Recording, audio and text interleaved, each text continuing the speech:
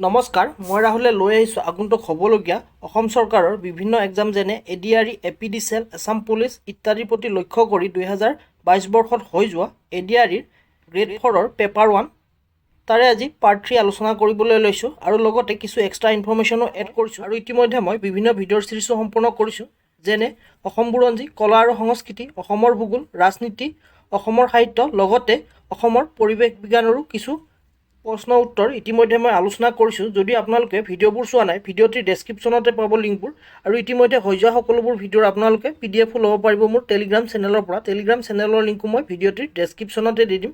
পিছে বলক পলম নকৰাকৈ আজিৰ ADRE গ্ৰেড 4ৰ পেপাৰ 2ৰ পাৰ্ট 3 ভিডিঅ'টি আলোচনা কৰোঁ। 41 নম্বৰ কুৱেশ্যন, চাংহাই নামৰ জন্তুবিধ পোৱা ঠাইখন এ দিছে কাইবুল লামজাও ৰাষ্ট্ৰীয় উদ্যান, বি দিছে কাজিৰঙা ৰাষ্ট্ৰীয় উদ্যান, চি দিছে নামদফা ৰাষ্ট্ৰীয় উদ্যান, ডি দিছে নকৰেক ৰাষ্ট্ৰীয় উদ্যান। ইয়াৰ ৰাইট এনচাৰটো হ'ব এ কাইবুল লামজাও ৰাষ্ট্ৰীয় উদ্যান। আৰু এই ৰাষ্ট্ৰীয় উদ্যানখন আছে মণিপুৰত আৰু ইয়াতেই লকটক লেক অৱস্থিত আৰু এইখন হৈছে পৃথিৱীৰ ভিতৰত একমাত্ৰ ফ্ল'টিং নেশ্যনেল পাৰ্ক আৰু ইয়াতেই লকটক ডেমো অৱস্থিত।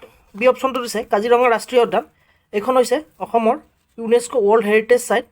চি দিছে নামদফা ৰাষ্ট্ৰীয় উদ্যান, এইখন অৰুণাচল প্ৰদেশত অৱস্থিত আৰু ডি দিছে নকৰেক ৰাষ্ট্ৰীয় উদ্যান, এইখন মেঘালয়ত অৱস্থিত আৰু এইখন মেঘালয়ৰ গাৰো হিলছত অৱস্থিত। 42 নম্বৰ কুৱেশ্যন, হাড়গিলাৰ সুৰক্ষাৰ বাবে কৰা প্ৰচেষ্টাৰ বাবে প্ৰদান কৰা গ্ৰীণ অস্কাৰ বুলি জনাজাত হুইটলি বঁটাটি কোনগৰাকী ব্যক্তিয়ে লাভ কৰিছিল? এ দিছে পূৰ্ণিমা দেৱী বৰ্মন, বি দিছে যাদৱ পায়েং, চি দিছে বিৰুবালা ৰাভা, ডি দিছে ৰোহিত চৌধুৰী। ইয়াৰ ৰাইট এনচাৰটো হ'ব এ পূৰ্ণিমা দেৱী বৰ্মন। পূৰ্ণিমা দেৱী বৰ্মনে হাড়গিলা সুৰক্ষাৰ বাবে হাড়গিলা আৰ্মি গঠন কৰিছিল আৰু তাৰ বাবে তেওঁ গ্ৰীণ অস্কাৰ বঁটাটি লাভ কৰিছিল। তাৰোপৰি যাদৱ পায়েং হৈছে ফৰেষ্টমেন অফ ইণ্ডিয়া আৰু বিৰুবালা ৰাভা হৈছে ডাইনী হত্যাৰ প্ৰতি মাত মাতিছিল আৰু যিসকল লোকক ডাইনী বুলি সমাজে অভিহিত কৰিছিল তেওঁলোকক উদ্ধাৰ কৰিছিল আৰু তেওঁলোকৰ সংস্থাপনৰ বাবে ব্যৱস্থা কৰিছিল। এই বিৰুবালা ৰাভা বিষয়ে সুধিব পাৰে কাৰণ ৰিচেণ্টলি তেওঁৰ মৃত্যু হৈছে। নেক্সট কুৱেশ্যন 43 নম্বৰ, শিক্ষাৰ অধিকাৰ আইনখন মৌলিক অধিকাৰ হিচাপে দেশৰ অধীনত প্ৰণয়ন কৰা হয়। এ দিছে অনুচ্ছেদ 21A, বি দিছে অনুচ্ছেদ 25, চি দিছে অনুচ্ছেদ 18, ডি দিছে অনুচ্ছেদ 23। ইয়াৰ ৰাইট এনচাৰটো এ অনুচ্ছেদ 21। অনুচ্ছেদ 21ৰ আণ্ডাৰতে শিক্ষাৰ অধিকাৰ আইনখন মৌলিক অধিকাৰ হিচাপে প্ৰণয়ন কৰা হয় আৰু ইয়াক 86 কনষ্টিটিউশ্যন এমেণ্ডমেণ্ট এক্ট যিখন 2002 চনত অনা হৈছিল তাৰ অধীনত 6ৰ পৰা 14 বছৰ বয়সৰ শিশুক কম্পালচৰি এডুকেশ্যন দিয়াৰ ব্যৱস্থা কৰা হৈছিল। নেক্সট কুৱেশ্যন 44 নম্বৰ, অৰ্থশাস্ত্ৰৰ গ্ৰন্থকাৰ চাণক্য কাৰ ৰাজসভাত এগৰাকী মন্ত্ৰী আছিল? এ দিছে অশোক, বি দিছে সমুদ্ৰগুপ্ত, চি দিছে চন্দ্ৰগুপ্ত মৌৰ্য, ডি দিছে বিন্দুসাৰ। ইয়াৰ ৰাইট এনচাৰটো হ'ব চি চন্দ্ৰগুপ্ত মৌৰ্য। চন্দ্ৰগুপ্ত মৌৰ্যৰে ৰাজসভাৰ এগৰাকী গ্ৰন্থকাৰ আছিল চাণক্য বা যাক কৌটিল্য বুলিও কোৱা হয়। নেক্সট কুৱেশ্যন 45 নম্বৰ, নিম্নলিখিত কোনগৰাকী অভিযাত্ৰীয়ে মহম্মদ বিন তুগলকৰ ৰাজত্বকালত ভাৰত ভ্ৰমণ কৰিছিল? এ দিছে ফাহিয়ান, বি দিছে হিউৱেন চাং, চি দিছে ভাস্কো দা গামা, ডি দিছে ইবন বটুতা। ইয়াৰ ৰাইট এনচাৰটো হ'ব ডি ইবন বটুতা। ইবন বটুতাই মহম্মদ বিন তুগলকৰ ৰাজত্বকালত ভাৰত ভ্ৰমণ কৰিছিল আৰু তেওঁ 1325 to 1351 চিৰ ভিতৰচোৱাত আহিছিল। তাৰোপৰি ফাহিয়ানে আহিছিল চন্দ্ৰগুপ্তটোৰ দিনত যাক বিক্ৰমাদিত্য বুলি জনা যায় আৰু 380 to 415 চিৰ ভিতৰত আহিছিল। তাৰোপৰি হিউৱেন চাং আহিছিল ভাস্কৰ বৰ্মনৰ সময়ত অসমত আৰু কনৌজত ৰজা আছিল হৰ্ষবৰ্ধন।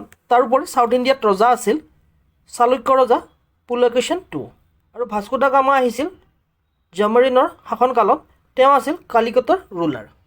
46 নম্বৰ কুৱেশ্যন, স্বাধীন ভাৰতৰ প্ৰথমগৰাকী আইন আৰু ন্যায় মন্ত্ৰী কোন আছিল? এ দিছে বল্লভভাই পেটেল, বি দিছে মৌলানা আবুল কালাম আজাদ, চি দিছে চি ৰাজগোপালাচাৰী, ডি দিছে BR আম্বেদকাৰ। ইয়াৰ ৰাইট এনচাৰটো হ'ব D BR Ambedkar. BR আম্বেদকাৰে 15 August 1947 চনৰ পৰা অক্টোবৰ 1951লৈ ভাৰতৰ প্ৰথমগৰাকী আইন আৰু ন্যায় মন্ত্ৰী আছিল। তাৰোপৰি মৌলানা আবুল কালাম আজাদ আছিল ফাৰ্ষ্ট এডুকেশ্যন মিনিষ্টাৰ আৰু বল্লভভাই পেটেল আছিল first home minister. C Rajagopalachari আছিল ফাৰ্ষ্ট গভৰ্ণৰ অফ ইণ্ডিয়া 1948ত। নেক্সট কুৱেশ্যন 47 নম্বৰ, ডুৰাণ্ড লাইনে যি দুখন দেশৰ সীমাৰেখা গঠন কৰে সেই দুখন দেশ হৈছে? এ দিছে পাকিস্তান আৰু আফগানিস্তান, বি দিছে পাকিস্তান আৰু ভাৰত, চি দিছে ভাৰত আৰু ব্ৰহ্মাদেশ, ডি দিছে ভাৰত আৰু বাংলাদেশ। ইয়াৰ ৰাইট এনচাৰটো হ'ব এ পাকিস্তান আৰু আফগানিস্তান। দুৰাণ লাইনে পাকিস্তান আৰু আফগানিস্তানৰ সীমাৰেখা গঠন কৰে। তদুপৰি এই দুৰাণ লাইনে ভাৰতৰ সৈতে সীমাৰেখা গঠন কৰে সেয়া হৈছে যিটো অংশ জম্মু কাশ্মীৰৰ পাকিস্তানে অকুপাই কৰি ৰাখিছে সেই অংশটোৰ সৈতে আফগানিস্তানৰ যিটো অংশ সংযোগ হৈছে সেইটোত দুৰাণ লাইনে সীমাৰেখা গঠন কৰে। 48 নম্বৰ, ভাৰতত যিটো বঁটাৰ বাবে ৰাষ্ট্ৰীয় আৰু আন্তঃবিদ্যালয় ফুটবল টুৰ্ণামেণ্ট খেলা হয় সেই বঁটাটো হৈছে এ দিছে দুৰাণ কাপ, বি দিছে সুব্ৰত কাপ, চি দিছে দিলীপ ট্ৰফি, ডি দিছে ইৰাণী ট্ৰফি। ইয়াৰ ৰাইট এনচাৰটো হ'ব B Subroto cup. Subroto cup এই হৈছে ৰাষ্ট্ৰীয় আৰু আন্তঃবিদ্যালয় ফুটবল টুৰ্ণামেণ্ট খেলা হয়। তদুপৰি দুৰাণ কাপ হৈছে ভাৰতৰ আৰ্মীসকলৰ বাবে অনুষ্ঠিত কৰা এটি ফুটবল কাপ। পিছলৈ ইয়াক চিভিলিয়ানৰ বাবেও অ'পেন কৰি দিয়া হয় আৰু এই দুৰাণ কাপ প্ৰথম খেলা হৈছিল 1888 চনত। চি দিছে দিলীপ ট্ৰফি। দিলীপ ট্ৰফি এখন ক্ৰিকেট টুৰ্ণামেণ্ট হয় আৰু এইখন অৰ্গেনাইজ কৰে BBCIয়ে আৰু ইয়াৰ নাম ৰখা হয় শ্ৰী দিলীপ সিংজী, যিজন আছিল ভাৰতৰ ক্ৰিকেটাৰ। তাৰোপৰি ডি দিছে ইৰাণী ট্ৰফি। এখন ক্ৰিকেট টুৰ্ণামেণ্ট হয় আৰু ইয়াৰ নাম ৰখা হয় জিল ইৰাণী, যিজন আছিল ক্ৰিকেটাৰ আৰু ইয়াক অৰ্গেনাইজ কৰে BCCIয়ে আৰু ইয়াক ফাৰ্ষ্ট খেলা হয় 1959 পৰা 1960 আৰু এই খেলখন ৰঞ্জিত ট্ৰফি উইনাৰ আৰু ৰেষ্ট অফ ইণ্ডিয়ান টীমৰ সৈতে খেলা হয়।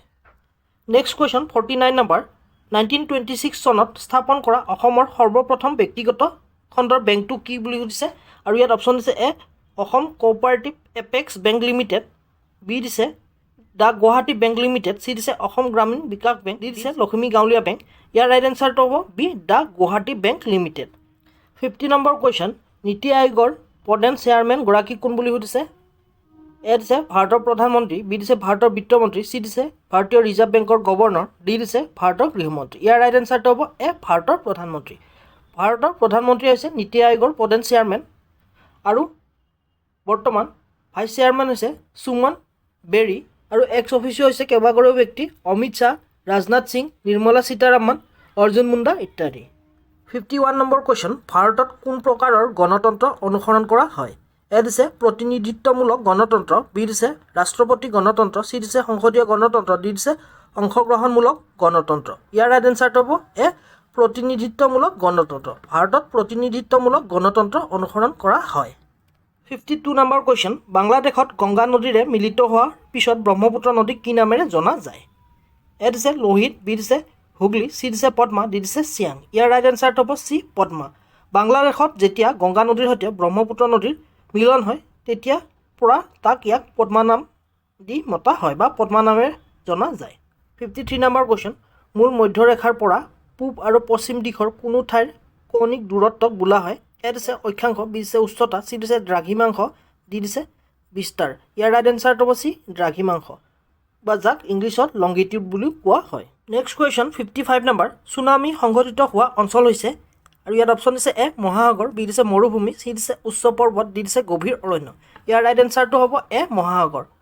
মহাসাগৰতেই চুনামি সংঘটিত হয়।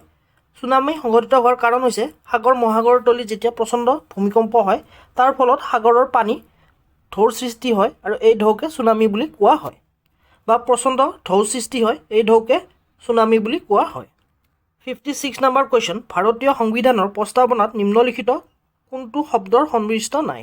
এ দিছে ছেকুলাৰ, বি দিছে ডেম'ক্ৰেটিক, চি দিছে ফেডাৰেল, ডি দিছে ছ'চিয়েলিষ্ট। ইয়াৰ ৰাইট এনচাৰটো হ'ব চি ফেডাৰেল। ফেডাৰেল শব্দটোৱে ভাৰতৰ সংবিধানৰ প্ৰস্তাৱনাত সন্নিৱিষ্ট নাই। তাৰোপৰি ছেকুলাৰ, ডেম'ক্ৰেটিক, ছ'চিয়েলিষ্ট এইকেইটা শব্দ সংবিধানৰ প্ৰস্তাৱনাত সন্নিৱিষ্ট আছে। এই ছেকুলাৰ আৰু ছ'চিয়েলিষ্ট শব্দটো 42nd কনষ্টিটিউশ্যনেল এমেণ্ডমেণ্ট এক্টৰ জৰিয়তে অনা হৈছিল আৰু ইয়াক অনা হৈছিল 1976 চনত আৰু এই সংশোধনীটোকেই মিনি কনষ্টিটিউশ্যন অফ ইণ্ডিয়া বুলিও কোৱা হয়। 57 নম্বৰ কুৱেশ্যন, মুদ্ৰাবিহীনভাৱে বয় বস্তুৰ ব্যৱসায়ৰ পুৰণি প্ৰথাটো হৈছে। এ দিছে পাইক ছিষ্টেম, বি দিছে বিনিময় প্ৰথা, চি দিছে বেংকিং ছিষ্টেম, ডি দিছে ৰায়ত ছিষ্টেম। ইয়াৰ ৰাইট এনচাৰটো হ'ব বি বিনিময় প্ৰথা। বিনিময় প্ৰথাৰ জৰিয়তে পুৰণি যুগত মানুহে বস্তু কিনা বেচা কৰিছিল আৰু বৰ্তমান এই প্ৰথাটো অসমৰ জোনবিল মেলাত দেখিবলৈ পোৱা যায়। ইয়াতে কোনোবা এবিধ বস্তুৰ বিনিময়ত আন এবিধ বস্তু দি আদান প্ৰদান কৰা হয়। 58 নম্বৰ কুৱেশ্যন, দাল বাটি শৰ্মা নামৰ প্ৰখ্যাত খাদ্যটি সাধাৰণতে কোন ৰাজ্যত পৰিৱেশন কৰা হয়? এ দিছে পাঞ্জাৱ, বি দিছে ৰাজস্থান, চি দিছে বিহাৰ, ডি দিছে উৰিষ্যা। ইয়াৰ ৰাইট এনচাৰটো হ'ব ৰাজস্থান। ৰাজস্থানতে দাল বাটি শৰ্মা নামৰ প্ৰখ্যাত খাদ্যটি সাধাৰণতে খোৱা যায়। 59 নম্বৰ কুৱেশ্যন, সেউজীয়া উদ্ভিদৰ ওপৰত বৰ্তি থকা প্ৰাণীক কি বুলি জনা যায়? এ দিছে অমনিভৰাছ, বি দিছে কাৰ্নিভৰাছ, চি দিছে কেনিবেলছ, ডি দিছে হাৰ্বিভৰাছ। ইয়াৰ ৰাইট এনচাৰটো হ'ব ডি হাৰ্বিভৰাছ। হাৰ্বিভৰাছ বা যি প্ৰাণীয়ে উদ্ভিদ খায় তাকে হাৰ্বিভৰাছ বুলি কোৱা হয়। তাৰোপৰি অমনিভৰাছ হৈছে উদ্ভিদ আৰু প্ৰাণী দুয়োটাকে খায় বা উদ্ভিদ আৰু মাংসহাৰী। তাৰোপৰি কাৰ্নিভৰাছ হৈছে অকল মাংসহাৰী আৰু কেনবেলছ হৈছে consuming another individual of the same species.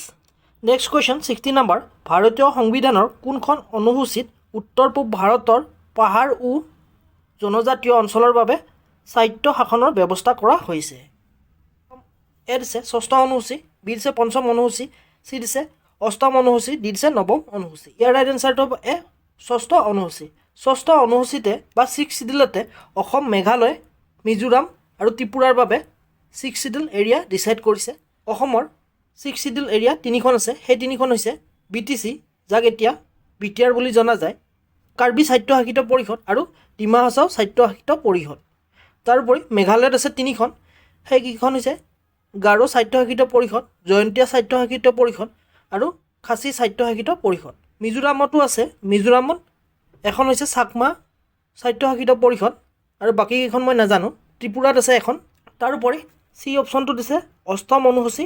অষ্টম অনুসূচীত লেংগুৱেজৰ বিষয় আছে বা ভাষাৰ বিষয় আছে, যিকেইটা ভাৰতৰ সংবিধানে স্বীকৃতি প্ৰদান কৰিছে। আৰু পঞ্চম অনুসূচীত আছে নৰ্থ ইষ্টৰ ৰাজ্যৰ বাহিৰে ভাৰতৰ বাকীকেইখন ৰাজ্যত জনজাতীয় লোকসকলৰ বাবে সংৰক্ষণৰ ব্যৱস্থা কৰা। আৰু নৱম অনুসূচীত আছে লেণ্ড ৰিফৰ্ম। চ' আজিলৈ আশা কৰোঁ মোৰ ভিডিঅ'টিৰ জৰিয়তে আপোনালোকে উপকৃত হ'ব। যদি ভিডিঅ'টি ভাল লাগিছে লাইক কৰিব, কিবা আপগ্ৰেড কৰিবলগীয়া থাকিলে মোক কমেণ্ট কৰি জনাব পাৰে।